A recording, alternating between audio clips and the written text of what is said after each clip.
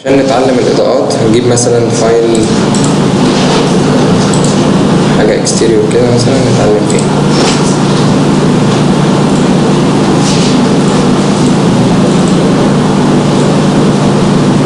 خلي بالنا ان احنا اول ما بنتكلم في الإضاءات فاحنا لازم هنتعلم معانا شوية حاجات خاصة بإعدادات الرندر. المشروع ده اهو محاكاة لحاجة احنا كنا عاملينها هنا كده.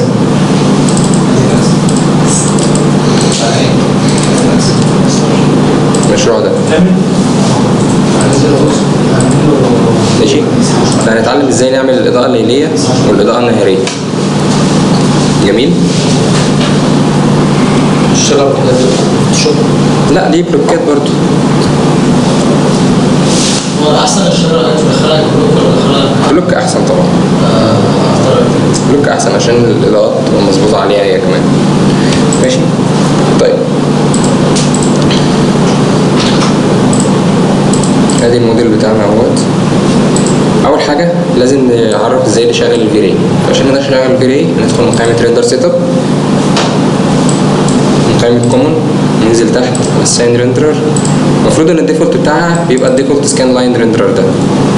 احنا بنضغط من هنا برودكشن ونختار فيري اي دي في. ماشي كده الفيري بيشتغل عندنا.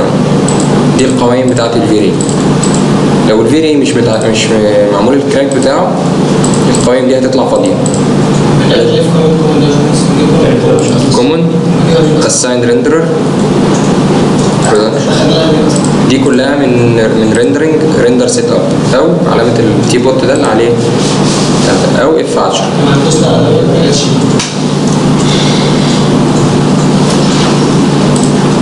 كله يقفل الجهاز يا جماعه اللي قدامه ومحدش يعمل اي حاجه. ماشي ونركز معايا. ريندرنج ريندر سيت اب اهو ومكتوب هنا اهو الشورت كات بتاعه اف 10. هنخش من قائمه كومن اساين ريندرر ونختار فيري اي دي في. تمام كده احنا شغلنا الفيري. عشان نبدا نتعامل مع الاضاءات هنتعلم نعمل ايه مجموعه اعدادات كده ايه اللي هي الترايلز المبدئيه اللي احنا هنبدا بيها. بعد كده هنبقى نعمل الاعدادات الفاينل او الادفانسد بتاعتنا. احنا هعلمكم دلوقتي شويه اعدادات في الفيري نبدا بيها، بس لازم نعملها قبل ما نبدا علشان لما نيجي نجرب الاضاءات بتاعتنا. فهنخش في الجلوبال سويتشز دي. البيزك دي هنعملها ادفانسد وهنشيل البروبابيلستيك لايتس دي. بعد كده هننزل الايمج سامبلر هنختار من هنا ادابتيف سب ديفيجن والفلتر هنختار منه فيري سينك فلتر. وهننزل على الكالر مابينج هنختار من هنا اكسبوننشال. جميل. بعد كده نروح للجي اي هنشغل الجي اي. اول واحده اريديانس ماب وتاني واحده لايت كاش. الاريديانس ماب هنخليها فيري لو واللايت كاش هنخلي السبديفز بتاعتها 500. نخش على السيتنجز نجيب ادفانسد هنختار السيكونس توب تو بوتوم ونعمل يوز ان بري وهنكتب هنا الدايناميك ميموري ليميت اللي هو الميموري بتاعتنا بتاعت الجهاز اللي هي عدد الرامات. لو الرامات مثلا 8 جيجا هو هنا بيقيس بالميجا. لو انت 8 جيجا يبقى 8000 ميجا. وهنختار الديفولت جيومتري دايناميك وهنيجي على الشو مسج لوج ويندو دي هنشيلها. بس دي كده مجموعه اعدادات سريعه كده نحفظها دلوقتي لغايه ما هنبقى نفهمها بالظبط بالتفصيل هي عباره عن ايه ودي كل واحده دي بتعمل ايه بالظبط. ده علشان بس نبدا نشتغل ايه في الفايل نبدا نتعلم عليها الاضاءات ونقفل. بعد كده عايزين نبدا نتعلم بقى الاضاءات. لو احنا هنعمل اضاءه نهاريه زي دي مثلا احنا مش محتاجين غير اضاءه واحده بس اللي هي اضاءه الشمس. والشمس لما بتنزل معاها اضاءه السماء ديفولت. يعني عشان نعمل الاضاءات عندي شمس هنا هنشيلها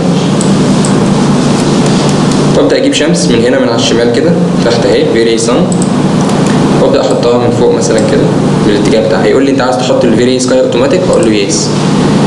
هيقول لي هنا ان انت كان عندك واحده ثانيه عايز تبدلها اقول له يس. طبعا انتوا لو بتعملوا الفايل لاول مره مش هيبقى فيه واحده ثانيه انت هو هيحطها على طول. هنظبط اضاءه الشمس ان هي ما تبقاش عاليه قوي تبقى ايه يعني بزاويه 45 كده. ودايما نشوف على حسب اللقطه بتاعتنا. يعني مثلا لو انا هبص مثلا من هنا اخلي الشمس بتاعتي تنور 50% بس من المشهد. يعني مثلا لو انا باصص من هنا ما ينفعش ان انا اجيب، لو انا في التوب كده الكاميرا بتاعتي اهي بص على المبنى من هنا، ما ينفعش ان انا اجيب الاضاءه من هنا من نفس الاتجاه بتاع الكاميرا كده، لان كده المشهد هيبقى كله منور قوي، مش هيبقى فيه شادو تقريبا. لكن يفضل ان انت عندك يبقى 50% من اللقطه فيها شادو و50% من اللقطه منوره، ده بيدي الاضاءه بتاعتك بتبقى افضل. فنجيبها مثلا من الناحيه دي، او ممكن نروح نجيبها من الناحيه دي مثلا. نجرب مثلا ان احنا نجيبها من هنا.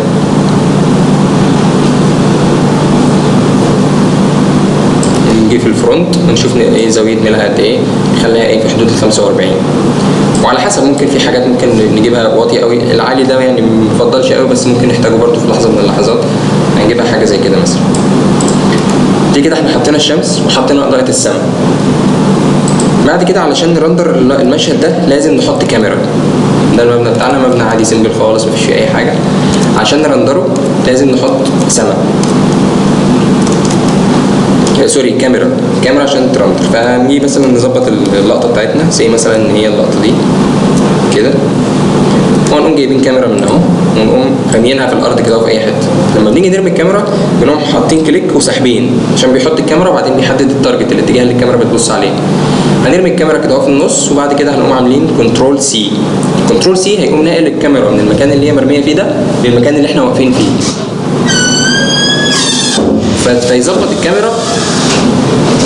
فيظبط الكاميرا ايه شايفه نفس اللي انا شايفه دلوقتي. ماشي. بعد كده دلوقتي لما اضغط سي هيقوم فاتح لي قائمه فيها كل الكاميرات اللي في المشهد. هنا فيري كام الاولانيه اللي انا كنت حاططها، وبعدين فيري كام الثانيه اللي احنا لسه حاطينها حاجه. لو دخلنا عليها هيجيب لي اهو اللقطه اللي احنا ايه لسه مظبطينها دلوقتي. جميل. لو جينا رندرنا دلوقتي بعد ما ظبطنا اعدادات وعملنا الاضاءه وحطينا الكاميرا، نرندر هيبدا يطلع لنا نتيجه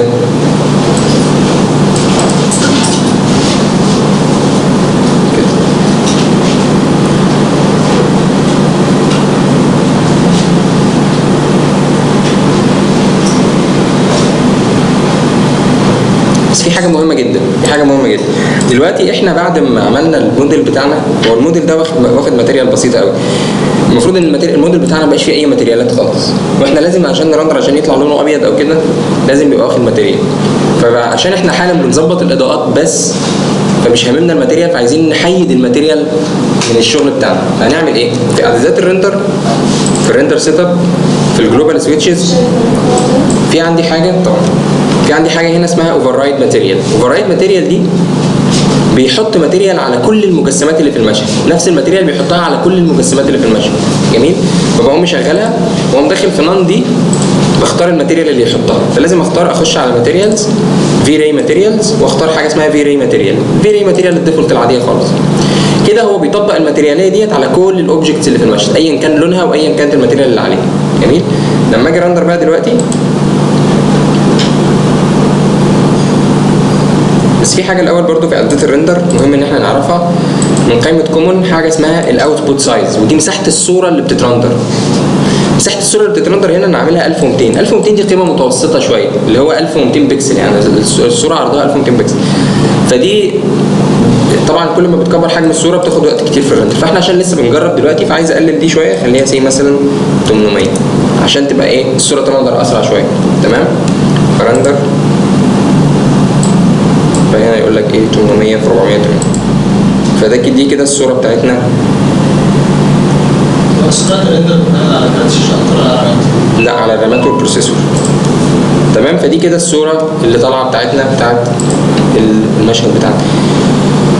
انا مش محتاج اكتر من كده في الاضاءه الخارجيه، لو في الاضاءه النهاريه، لو انا بعمل اضاءه نهاريه هو ده اقصى ما انا محتاجه في الاضاءه. طبعا بظبط الشمس بتاعتي بناء على شكل الاضاءه او الافكت بتاع الاضاءه اللي انا عايزه. نخلي بالنا من حاجه مهمه جدا، كل ما الشمس نزلت لتحت اكتر فده معناه ان هي تديني كانها لحظه غروب، كان الشمس بتغرب.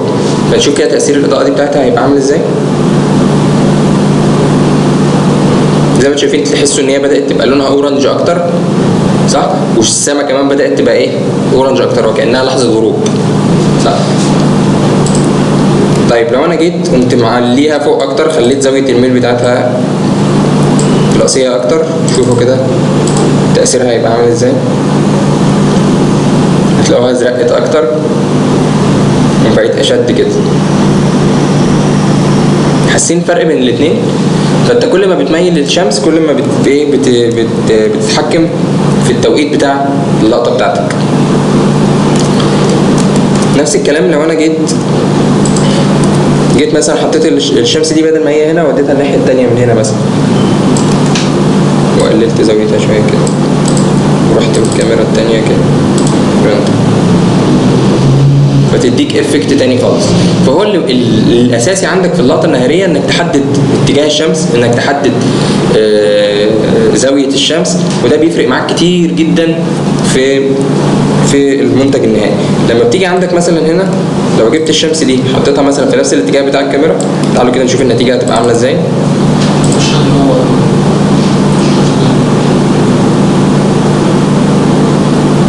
هتحس اصلا ان الواجهه كانها فلات كده، مش هتديك ال 3 دي، لان ال 3 دي بيظهر بالظل والاضاءه. طب بصوا مثلا لو انا جبت الشمس دي حطيتها ورا المبنى وقمت جاي منزل زاويتها شويه، شوف كده الكاميرا بتاعتنا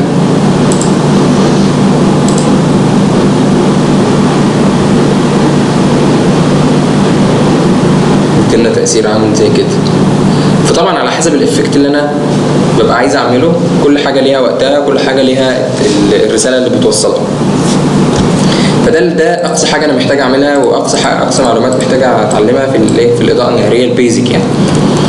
طيب تعالوا بقى كده نبدا نتعلم لو انا عايز اعمل الاضاءه الليليه، حاجه زي كده. اول حاجه نفكر فيها في الاضاءه الليليه ان الحاجات اللي جوه باينه. دي من اهم الحاجات اللي بتميز اللقطه الليليه، ان الاضاءه الداخليه اللي في المبنى باينه. وعشان الاضاءه الداخليه اللي في المبنى بقت تبان، بمعنى كده ان احنا محتاجين الحاجات دي تبقى ازاز او شفافه، الشبابيك. تمام؟ فانا اصلا عامل ان الاوبجكت، ان المشهد بتاعي كله يبقى واخد ماتيرياليه واحده، واخترتها ان هي تبقى ماتيرياليه ديفولت لون عادي خالص. فعشان كده لما بتظهر في الريندر بتطلع مقفوله كده سوليد. فازاي اللي جوه هيبان؟ يبقى لازم الشبابيك ديت اطلعها من الافكت بتاع الايه، الماتيريالات ده. يعني ما تاخدش الماتيريال اللي انا حاططها، تفضل بماتيريالاتها الاساسيه اللي هي الازاز. عشان اعمل كده بدخل من ريندر سيت اب، فيري من الاوفر رايد ماتيريال، وعندي هنا حاجه اسمها اكسكلود، يعني استثني حاجه معينه. فهو عامل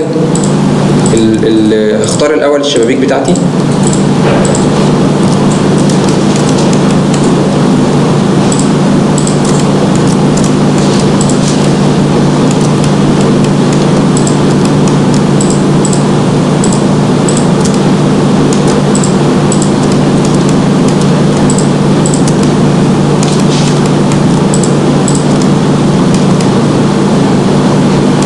مع بعض في جروب كده وهسميه ويندوز، واقوم داخل على الجلوبال سويتشز، ويري جلوبال سويتشز، ورايت ماتيريال اكسكلود، واقوم رايح على الجروب اللي هو اسمه ويندوز، واقوم عامل له ايه؟ اضيفه لقائمه الاكسكلود، واقوم عامل اوكي. كده الشبابيك دي مش هتتاثر بالاوفر رايت ماتيريال. اعمل بس حاجه كده سريعه بعرفها لكم بعدين عشان بس وقت الريندر.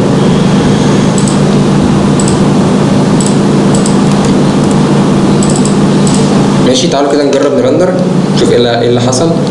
دلوقتي زي ما انتم شايفين الشبابيك رجعت اخدت تاني الماتيريالات بتاعتها اللي هي الازاز الشفاف. جميل. طيب اول حاجه عايزين نفكر فيها ازاي، زي ما انتم شايفين هنا مفيش شمس، في اضاءه سما بس. نعم، اللي جوه طبعا اضاءه صناعيه، لكن انا بتكلم ازاي نعمل الاول الاضاءه اللي هي العامه، الاضاءه اللي هي بتاعه الشمس العامه دي. فعشان نعمل الاضاءه دي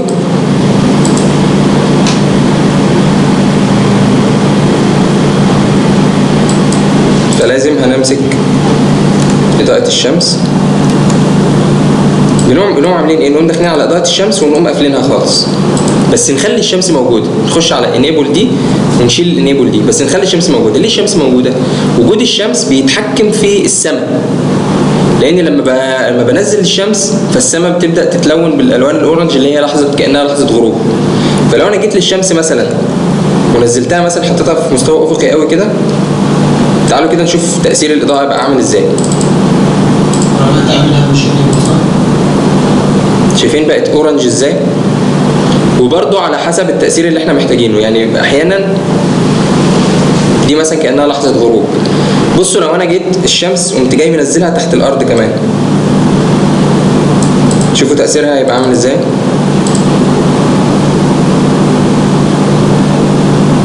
بدات تصفر اكتر.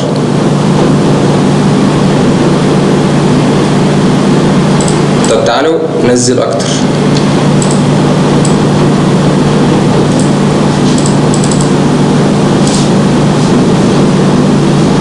شايفين بقى الزرائق؟ مش باين عندكم ولا لا؟ بدات تبقى ايه؟ تديك الزرائق اللي هو بتاعت الشمس بتاعت بالليل. واضحه؟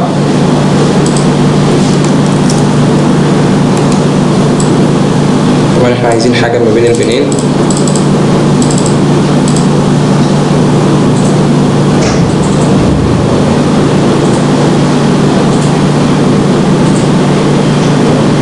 كده غامق قوي.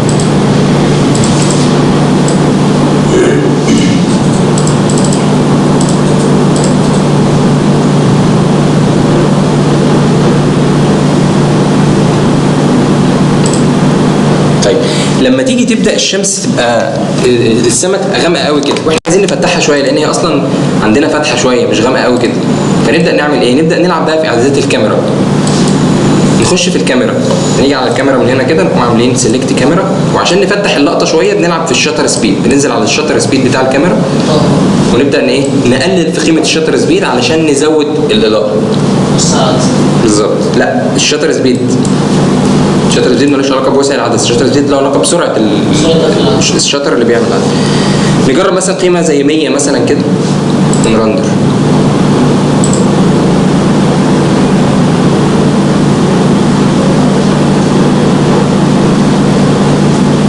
لسه ننزل اكتر 10.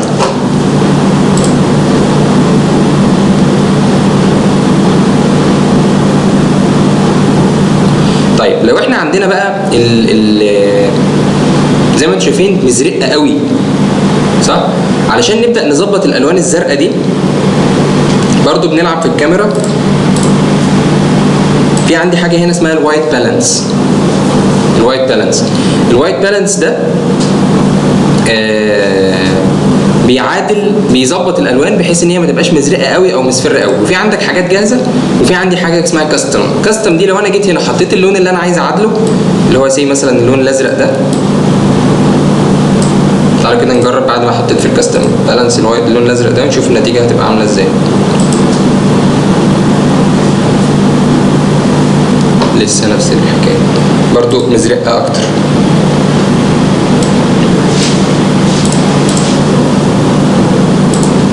او نجيبها مثلا طيب من التمبريتشر.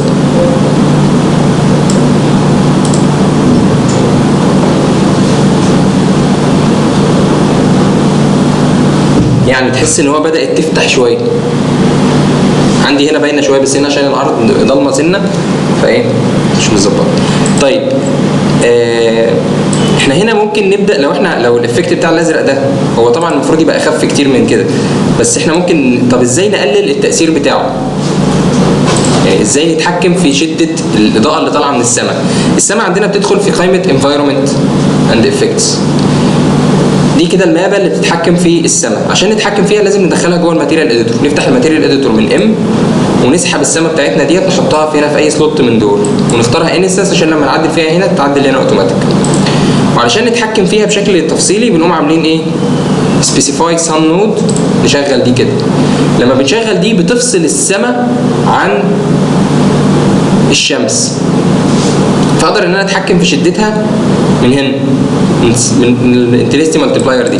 لو انا جيت قللت دي مثلا خليتها كده 1/100 مثلا، شوفوا كده التأثير بقى هيبقى عامل ازاي.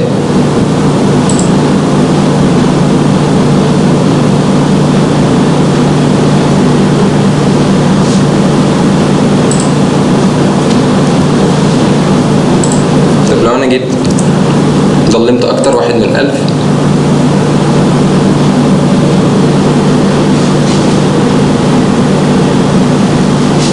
برضو برضو بتضلم اكتر. كل ده علشان بس ادي احساس ان احنا بالليل، وبعد كده نبدا ننور بقى المشهد بالاضاءه الصناعيه. واخدين بالكم انا ازاي بعمله باكتر من طريقه؟ ازاي اتحكم في اضاءه الشمس، ازاي اتحكم ازاي اتحكم فيها عن طريق ان انا اتحكم في الشمس، وازاي اتحكم في السماء عن طريق ان انا اتحكم فيها هي بالذات، ان انا افصلها عن الشمس واتحكم فيها في الاعدادات بتاعتها. تمام؟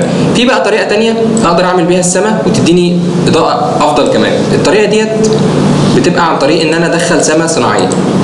ازاي؟ باجي هنا في الانفايرمنت، بدل ما بحط فيري ديفولت فيري سكاي اللي هي الفيري السكاي بتاعت الفيري اللي هي بتنزل بتبقى اللي هي السماء الزرقاء الصافيه دي، بعمل حاجه اسمها مكانها من المابس فيري، حاجه اسمها فيري اتش دي ار اي. فيري اتش دي ار اي دي بتدخل لي سماء بتبقى زي ايه؟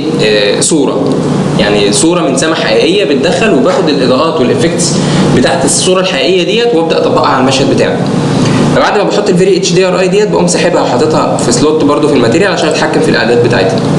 ومن البيت ماب ديت بقوم عامل براوز واقوم جايب الصوره بتاعت السما دي. بس الصوره دي مش اي صوره سما تشتغل، ديت في فايلات معينه اسمها ال HDRI. الفايلات ديت بتبقى فيها صور سماوات بالافكتات بقى مختلفه، ممكن تبقى صوره سما بالليل، صوره سما بالنهار، صوره سما فيها سحب او فيها عاصفه. بس الصور ديت تتعمل صور مجسمه 3D، وبيبقى كميه البيانات بتاعت الاضاءه والالوان اللي فيها عاليه جدا عشان تقدر نستخدمها في الاضاءه بتاعت المشهد بتاعتها. فهي ليها فايلات معينه يعني. تقريبا انا كان عندي هنا مجموعه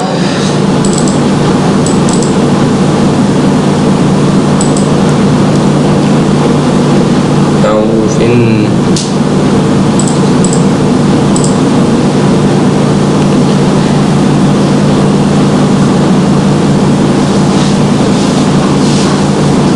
مش عارف راحوا فين.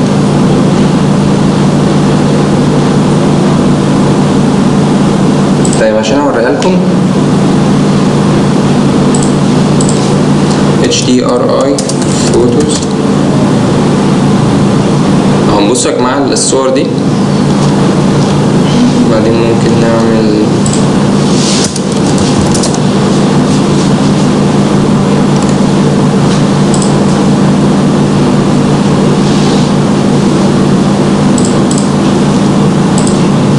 شايفين ازاي بتبقى صور زي 3D كده، وبتبقى فيها ايه الداتا بتاعت السماوات كلها، وفيها حاجات كمان في الارض وكده. فبناخد احنا اي واحده من دول ونبدا ننور بيها المشهد بتاعنا. هنلاقي في حاجات بالليل وحاجات بالنهار وحاجات في الصحراء وحاجات في الميه وممكن في حاجات انتيريور كمان. الهدف ان انا استخدم ال HDRI ده ان انا استخدم بيانات الاضاءه اللي فيها. يعني مثلا لقطه زي دي مثلا، دي كانها لحظه غروب.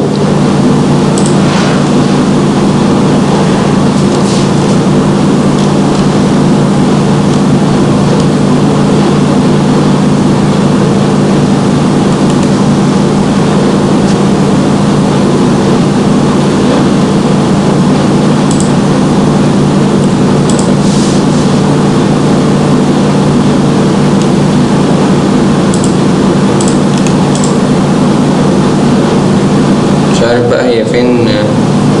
كان عندي هنا واحدة والله.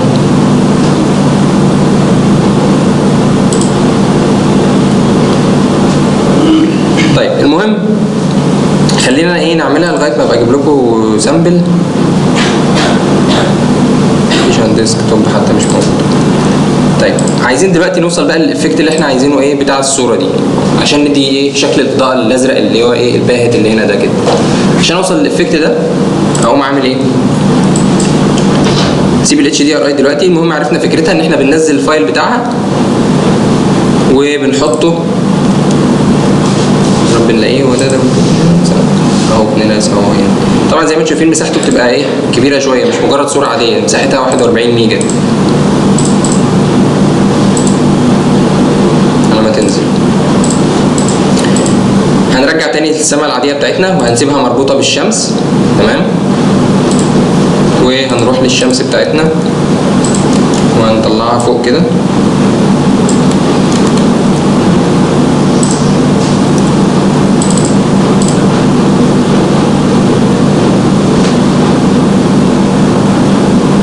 هي الدنيا ضلمه ليه كده؟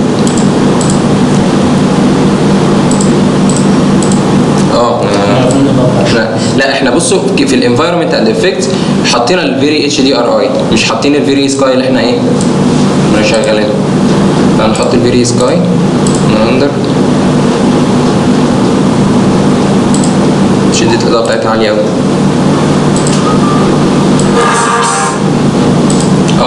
هي مش شدة الاضاءة بتاعتها عالية، احنا كنا مقللين الشاتر سبيد بتاع الكاميرا جدا اللي هي ال10 دي. نرجعها تاني 200 وهخلي، بصوا هعمل ايه، هخلي هنا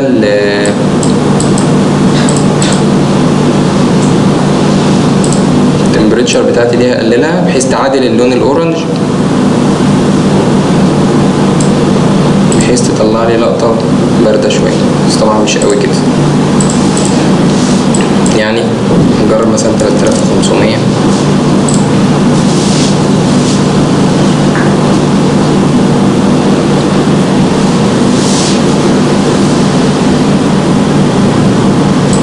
مثلا ممكن حاجة زي كده، او لو زودنا شوية تبقى برضو ظريفة.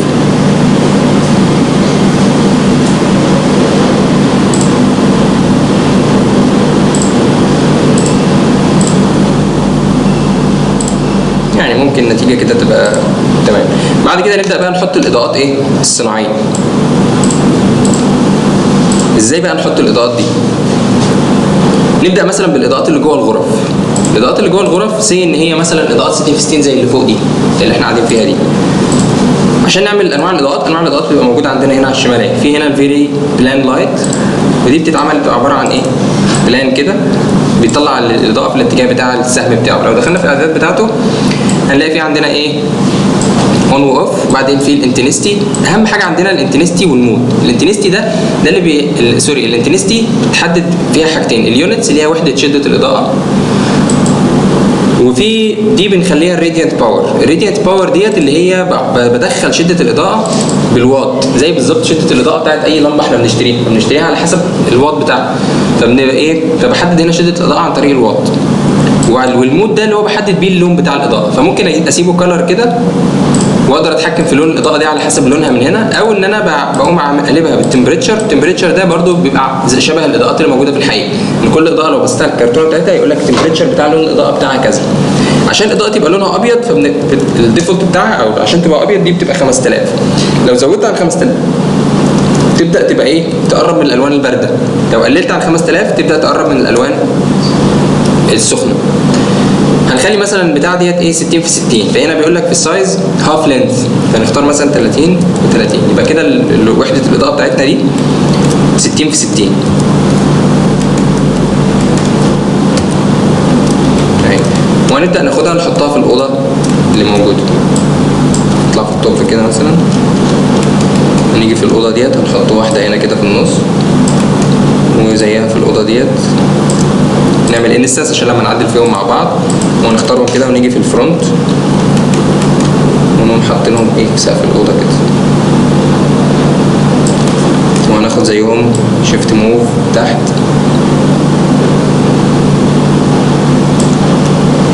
انستنس. هل في اضاءات تانية؟ المفروض في الاوضه دي والاوضه دي والاوضه دي، وفي طبعا في الاوضه اللي هناك دي، وفي الجراج ده. فاحنا هنطلع نمسك دي ودي، هنقوم واخدين ايه على الاوضه التانية دي، وهناخد ده كده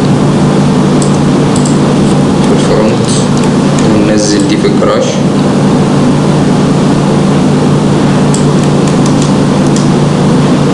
كده في اضاءات التانية من ورا طبعا.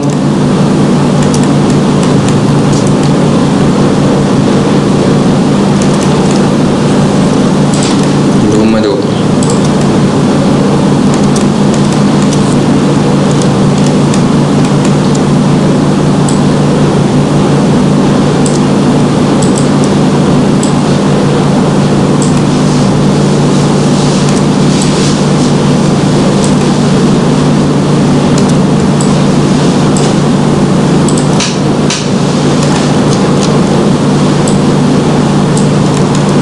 ماشي، دي كده الاضاءات اهي. اللي هم منورين الاوضتين دول. وفي هنا في الفراغ ده اللي هو عندنا فين الفراغ ده، ناخد مثلا واحدة من دي، شيفت موف، نطلع من التوب كده اهو في نص الفراغ كده. بس مجرد ان احنا حطينا ايه الاضاءات دي جوه. نرجع تاني للكاميرا بتاعتنا، بس نتاكد بقى من الاعدادات بتاعتهم. يعني الاضاءه ديت ممكن نبدا مثلا بايه، نحط 300 واط مثلا، ونخلي التمبريتشر بتاعتها حاجه دافيه كده 3000 او 3500 عشان تطلع لنا الاضاءه الورم دي. ونجرب نرندر نشوف التاثير بتاعها هيبقى عامل ازاي. طبعا واضح ان ايه، ان ال 300 قليلين لان شده الاضاءه اللي طالعه من الشباك ضعيفه جدا، تكاد تكون مش واضحه يعني. هخش امسكهم تاني واعلي ال 300 دي، خليها مثلا 1000. طبعا شده الاضاءه اللي بتتحط في الاضاءه دي بتعتمد على الشاتر سبيد بتاع الكاميرا. الشاتر سبيد بتاع الكاميرا لو عالي فبنحتاج شده اضاءه عاليه، لو الشاتر سبيد اقل بنحتاج شده اضاءه اقل. 1000 مثلا ونجرب.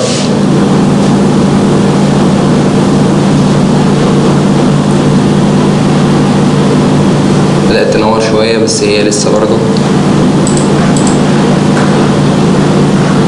خلينا شوية 3000 وال1000 ديت تبقى 2000. مش واضحة كويس عشان الدنيا برضه لسه منورة برضه.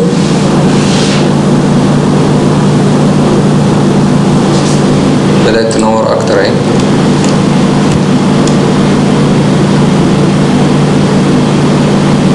ممكن تكون برضو ماتيريال الازاز اللي موجوده في الشبابيك ديت عامله شغل، بس هي بره، ما هي بره منوره، ما هي في المشهد عندنا برضو منوره سنه من بره يعني بره هنا برضو منوره، بس شده الاضاءه جوه شديده.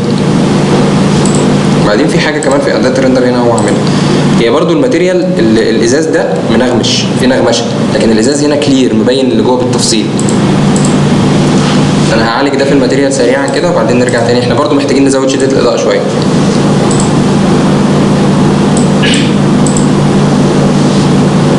اصلا الازاز مش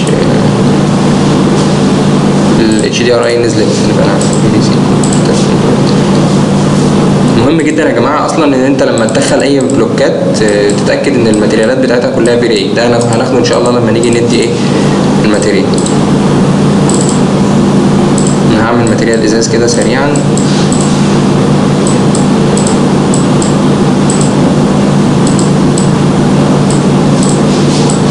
عشان بس ايه نعرف. طيب وتعالوا بقى نزود كمان شدة الاضاءة شوية. ما نقلقش ابدا ان الرقم بتاعنا مهما زاد طالما النتيجة بتاعتنا ايه لسه ما وصلنالهاش. لا مش ده كنسل، انا كده لعبت في اللون. انا عايز اللون 3000 زي ما هو. خلي ده مثلا 6000.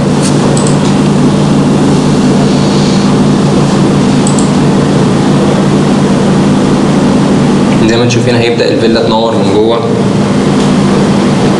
زي ما احنا عايزين.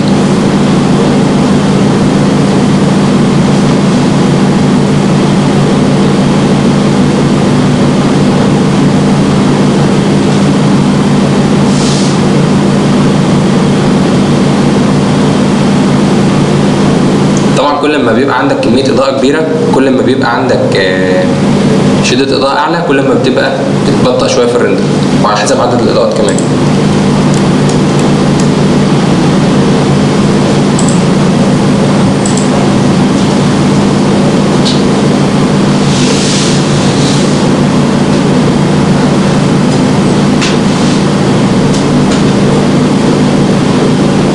شايف إن إحنا ممكن نزود كمان،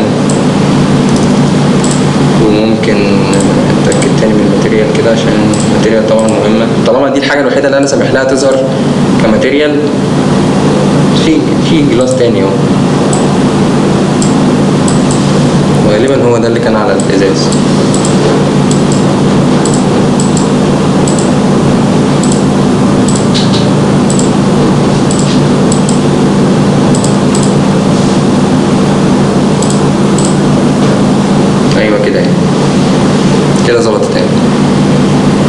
اللي كان موجود كان فيه نغمشه، ما كانش كلير. وزودت كمان شده الاضاءه شويه.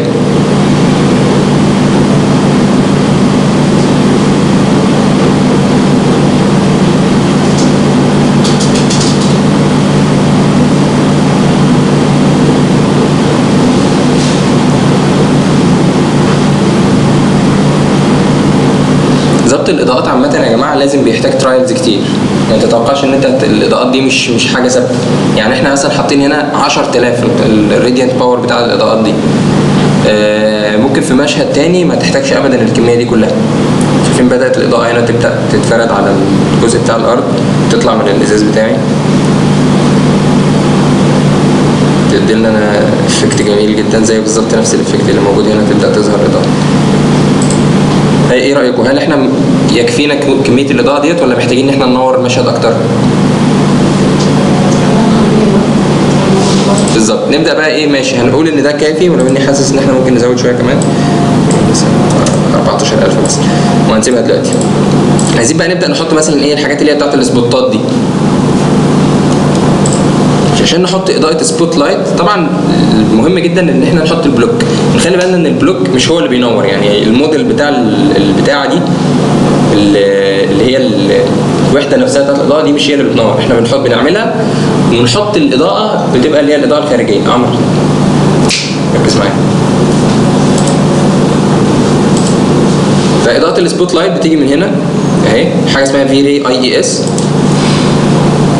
نجيب الفيري اي اس، نيجي مثلا في الفرونت كده ونحطها في الحته دي. بتبقى نازله، بتبقى ليها عباره عن مصدر للاضاءه والتارجت بتاع الاضاءه. الاضاءه دي بتشاور على فين؟ دي اللي بتبقى على الحيطه. هاجي من التوب كده واقوم عامل سيلكت للاضاءه والتارجت واقوم حاططها في مكانها.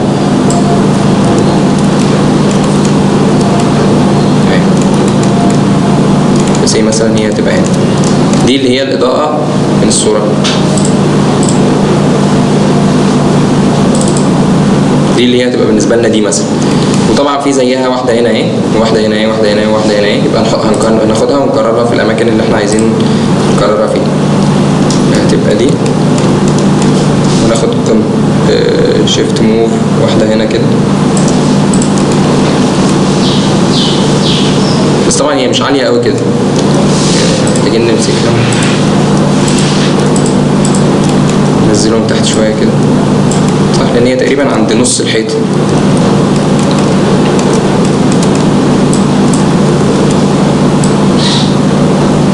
طبعا انا هنا مسكت اللايت وما مسكتش التارجت بتاعه، فتحسوا الخط ده صغر.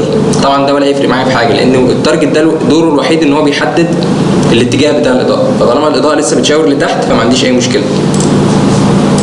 امسك الاضاءه ديت تاني، شيفت موف انزلها تحت كده، شيفت موف كده،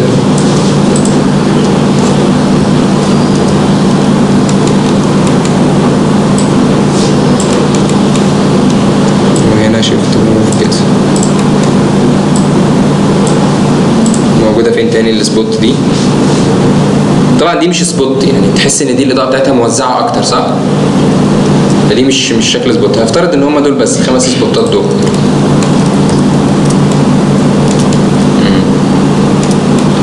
انا بس حاسسهم ايه بعاد عن الحيطه قوي.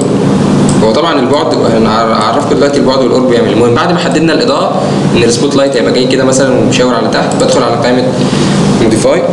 والسبوتات يا جماعه شكل توزيع الاضاءه بتاعها ده بيجي في فايلات خارجيه. الفايلات دي اسمها اي اي اس فايلز، فلازم ادخل على الاي اي اس فايل واقوم نختار الفايل اللي بيحدد لي شكل الاضاءه. لو احنا عملنا سيرش مثلا هنا كده على اي اي اس فايلز هنلاقي في اشكال كتير جدا للسبوتات دي، وكل شكل بيبقى له جاي معاه الفايل بتاعه. تمام؟ الحاجه دي طبعا كلها المفروض موجوده ونبقى نديها لكم مفيش مشكله. فكل شكل من دول جاي معاه الفايل بتاعه. تمام؟ فانا معايا تقريبا هنا الشكل اللي هو رقم 16 ده، الفايل بتاعه موجود هنا كده ديسك رقم 16 ده. لا طبعا الفايلات لازم الصوره والفايلات. انا هديهم لكم ولو دورتي هتلاقيهم موجودين. طيب وبعدين كده انا حددت شكل توزيع السبوت. بعد كده تحت شويه كده في بلاقي الكالر اللي هو لون، طبعا بختاره تمبريتشر وتحدد على حسب ايه اللون اللي انا عايزه، فاجيبه 3000 عشان يطلع وورم او 3500. والباور ده اللي بتحدد فيه بال قيمه شده الاضاءه. هجرب مثلا ب 1500 كده وبعدين ايه نشوف هتبقى شكلها عامل ازاي. نجيب ونرندر. طبعا زي ما انتم شايفين تأثيرها ضعيف جدا، مش باين خالص، فبالتالي احنا محتاجين نزود شدة الإضاءة.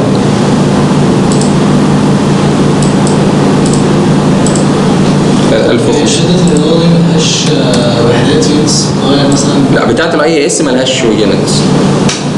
بدأت ايه تبقى في سنة ايه تأثير، بس مش كافي. انا نزود كمان صفر كده. رندر كده بدأت شدة الإضاءة تبقى ايه مناسبة. طبعا انا متهيألي حاسس كده ان هي عايزة تعلى فوق شوية.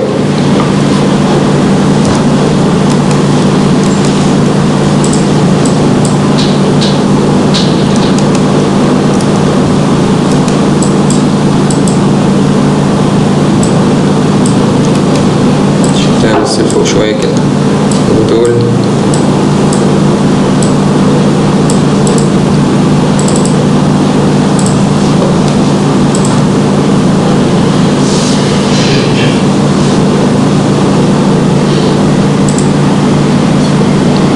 هنا ملاحظين ان الاضاءه يعني طالعه من السبوت متوزعه ونازله لتحت اكتر شويه، لكن عندنا هنا هتحسوا ان هي ايه زي ما تكون ايه يعني واقفه لفوق كده. طبعا ده بيختلف على حسب شكل توزيع الاضاءه اللي احنا مختارينه.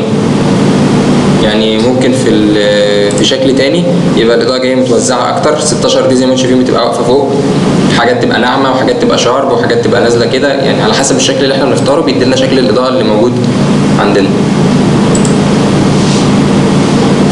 طبعا الاضاءه هنا دي تحسوها ممكن تبقى بيضه شويه، فممكن لو احنا عايزين نغمقها اكتر، او انا برضو الاضاءه هنا شدتها عاليه شويه، ممكن نحتاج نقللها شويه. فعشان نقللها 15000 ديت هنخليها مثلا 10000، والتمبريتشر هنخليها 3000. وفي حاجه كمان عشان افتح المربع اللي كان بيرندر الاخير، فبعمل لاست فريم بفر فيري فريم بفر. هنلاحظ ان الاضاءه يعني بصوا التوزيع فوق تحسوه منتظم كده شويه عن تحت تحس فيه كلكعه ضوء كده. ده بيحصل نتيجه ايه؟ نتيجه قرب وبعد الاضاءات عن الحيطه. فكل ما ابعدها اكتر كل ما تبقى مرتاحه اكتر. فخلي بالك ان انا لو بعدتها قوي هتبقى يعني مبهواه قوي، فلازم يبقى ليها كده وزنه على حسب برضو شكل الاضاءه. فاحنا بنجربها برضو كده. انا قللت شده الاضاءه وظبطت وزودت الورم وبعدتها شويه عشان تديني ايه. بس هو كده السبوت بيبقى لازق على الحيطه. لا، ما انت بتحط البلوك وبتتحكم انت في المكان بتاع الاضاءه. يعني البلوك لازق، بس ممكن البلوك يبقى هنا ومصدر الاضاءه يبقى بعيد كده عشان يديني توزيع منتظم. انت بتظبط انت مصدر الاضاءه زي ما انت على حسب الافكت اللي انت عايزه. ما شكل البلوك ده البلوك وحطه بالظبط. يعني لا، ما انا عملت اي اس واخترت الفايل بتاع الاي اس. اختاروا بيبقى فايلات على الكمبيوتر نفسها كده عادي. فايل عادي خالص. ما انا جبته، مش جبته قدامكم حالا. فتبدا تدينا الاضاءه بتاعتها هتبقى عامله كده.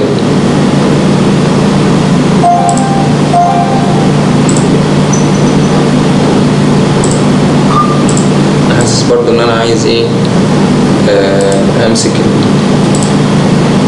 الاضاءات اللي جوه دي خليها دافيه اكتر شويه. طيب كده ناقصنا ايه مثلا اللي هي الحاجات الاضاءات دي. طب دي اضاءات واسعه شويه، ازاي اقدر اعمل افكت حاجه زي كده؟ عشان اعمل الافكت ده لا، ممكن اعمله عن طريق اللي هي الاضاءات العاديه خالص، اللي هي الفيري بلان، هي المربعه دي. واجيبها كده واعملها بالشكل اللي هو المستطيل ده، واحطها في المكان اللي هو عايزه.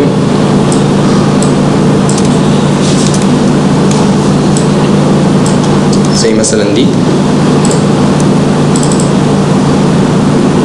تعالوا كده نعمل حاجه اسمها ريندر ريجون او ريجون ريندر. لما بنشغل الريندر ريجون ده فبقدر احدد حته معينه هي اللي ترندر. طبعا شدتها ايه عاليه قوي.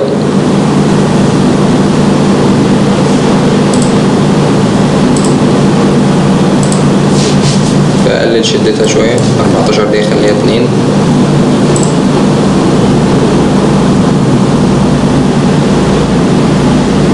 برضو بقعه الاضاءه ديت بسبب ان الاضاءه قريبه قوي من ايه؟ من الحيطه.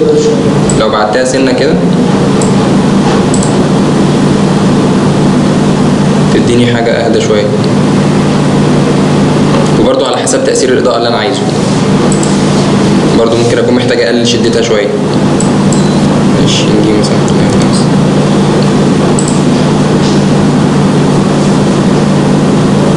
اهي كده ممكن تبقى هي نفس بالظبط شكل الايه؟ الاضاءه اللي انا عايز اديها. يعني ممكن مختلفة عن الأضاءة التانية. انا بتحكم فيها من هنا. التمبريتشر دي خلي مثلا التمبريتشر ده 3000.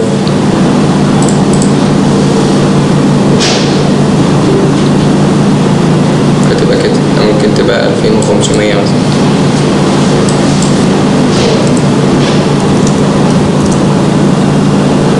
ولازم افهم حاجه مهمه جدا ان انا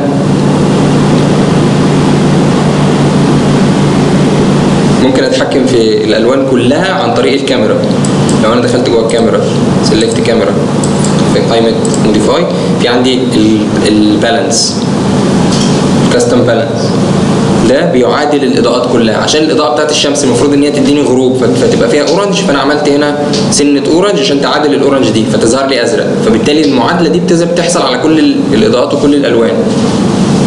تعالى كده نشيل الريندر ريجون ونشوفها كلها هتبقى عامله ازاي. انا كنت زودت على فكره الاضاءات اللي جوه.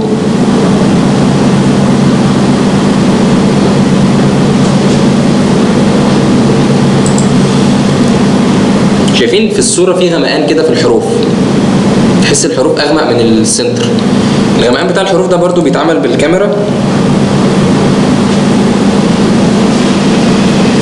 بيتعمل ازاي؟ الكاميرا فيها حاجه هنا اسمها فينتنج. هو الفينتنج ده هو الغمقان بتاع الحروف. ده قيمته 1. ممكن ازوده 2 او 3 مثلا. هتلاقي 3 كتير شويه.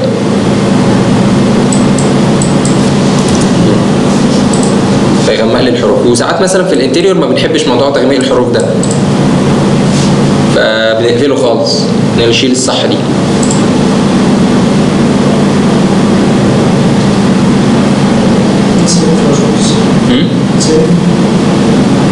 سيف ايه؟ احنا عايزين نسيف الفيديو.